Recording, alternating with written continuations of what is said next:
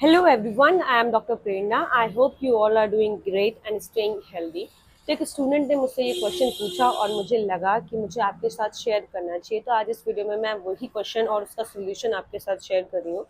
तो स्टूडेंट ने मुझसे पूछा कि मैम मेरी इस पर्टिकुलर सब्जेक्ट में बैक आई हुई है, मैंने री चेकिंग के लिए भी डाल दिया है फॉर्म, बट मुझे ये समझ में नहीं आ रहा कि इस रीचेकिंग के रिजल्ट तक उस बीच का जो समय है उसमें मुझे क्या करना चाहिए। मुझे दोबारा प्रिपरेशन स्टार्ट कर दी देनी चाहिए जिसमें मेरी बैक आई है, या फिर मुझे वेट करना चाहिए जो रिजल्ट आएगा उसका। तो मेरे अकॉर्डिंगली आपको ना वेट नहीं करना चाहिए रिजल्ट तक आने का, क्योंकि आपके पास ये टाइम है जो अगर आपने गवा दिया तो वो टाइम चला जाएगा।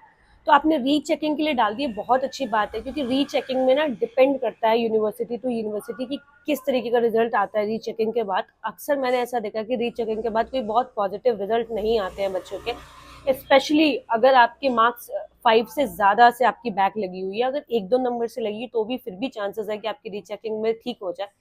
तो आज इस वीडियो में हम उसी बारे में बात करेंगे कि किस तरीके से आपको उस टाइम को यूटिलाइज करना है जब तक आपका रिजल्ट नहीं आ जाता है रीचेकिंग का। अब हम देख लेते हैं कि हमें प्रिपरेशन किस तरीके से करनी है 1 मंथ के लिए। मैंने कई सारी वीडियोस भी बनाए कि 1 मंथ में आप पूरे सिलेबस को भी किस तरीके से उसका एक प्रॉपर टाइम टेबल बनाकर पूरा सिलेबस आप 1 मंथ में पढ़ सकते हो। बट पर्टिकुलरली आज अगर आपकी किसी एक सब्जेक्ट में बैक आई हुई है या 2 सब्जेक्ट में बैक आई हुई है, उसके हिसाब से कैसे आपको पढ़ना है उस बारे में हम बात करेंगे इस वीडियो में। सबसे इंपॉर्टेंट चीज है, आपके किसी भी ईयर में किसी भी सब्जेक्ट में बैक लगी हुई है उसका सिलेबस सबसे इंपॉर्टेंट। आपको इस बारी सिलेबस के किसी भी पॉइंट को छोड़ के नहीं जाना है। नेक्स्ट इंपॉर्टेंट थिंग है सब्जेक्ट। सब्जेक्ट के कितने पेपर हैं, 2 पेपर है या 1 पेपर है, क्योंकि अगर आपके सब्जेक्ट में एक पेपर में आप पास हो और दूसरे पेपर में फेल हो तो आप ओवरऑल सब्जेक्ट में फेल ही माने जाते हो। तो आपको ये डिसाइड करना है कि आप सब्जेक्ट में फर्स्ट पेपर में फेल हुए कि सेकंड में, तो सेकंड में फेल हुए क्यों, रीजन क्या था फेल होने का, उस पर हमें काम करना है इस बारी।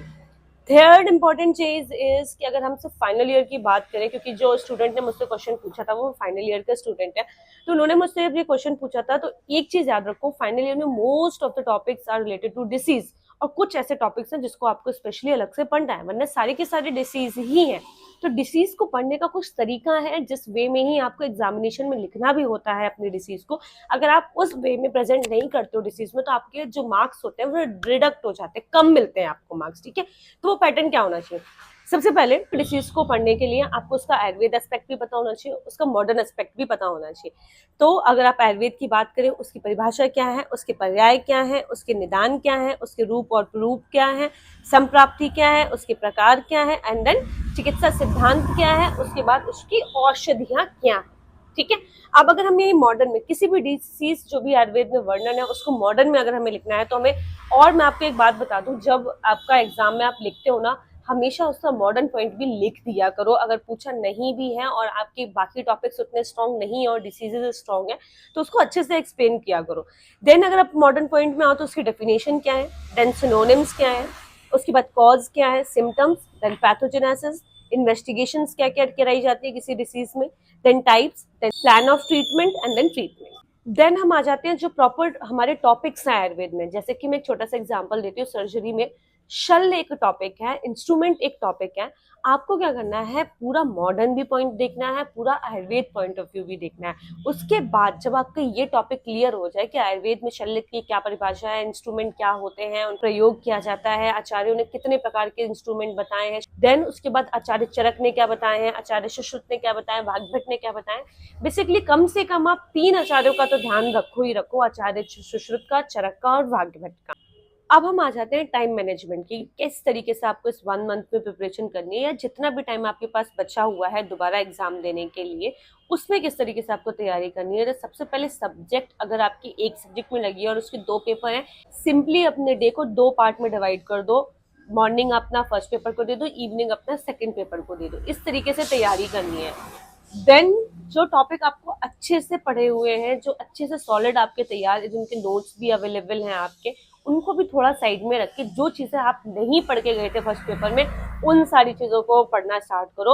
और इम्पॉर्टेंट चीज, जो आपने फर्स्ट पेपर में गलतियां की हैं उसको नोट आउट कर लो, और सेकेंड इंपॉर्टेंट चीज इज कि जो भी आपने प्रीवियस ईयर के क्वेश्चन पेपर को अवॉइड किया है फर्स्ट पेपर में, उनको इस बार दोबारा से एक बार देखो और पढ़ो, समझो कि क्या क्या चीजें किस तरीके से नीडेड होती हैं। अब दूसरी बार हमें किन चीजों का ध्यान रखना है वो समझ लिए आप लोग। दूसरी बार हमें इस चीज का ध्यान रखना है कि जो भी कंटेंट, जो भी मटेरियल हम रेडी कर रहे हैं, इस बार वो सॉलिड कंटेंट होना चाहिए।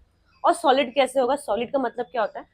उस टॉपिक में जो भी रिक्वायरमेंट है वो आपको पता होना चाहिए। फर्दर नॉलेज है या नहीं है, एग्जामिनेशन में एग्जामिनर को नहीं पता चल रहा है कि आपको क्या, आपने जो कॉपी में प्रेजेंट किया है एग्जामिनर से वो देख सकते हैं। तो आप कैसे प्रेजेंट कर सकते हो वो मैंने आपको बता ही दिया। Proper definition, synonyms, cause, symptoms, pathogenesis, types, चिकित्सा, ठीक है, ट्रीटमेंट वगैरह। इसी तरीके से आप जो अपने टॉपिक को प्रेजेंट करते हो वो थोड़ा सा वैल्यूएबल लगता है, इसमें एग्जामिनर भी आपको अच्छे नंबर देता है और आपकी कॉपी का इम्पैक्ट है वो भी बहुत अच्छा पड़ता है एग्जामिनर के ऊपर।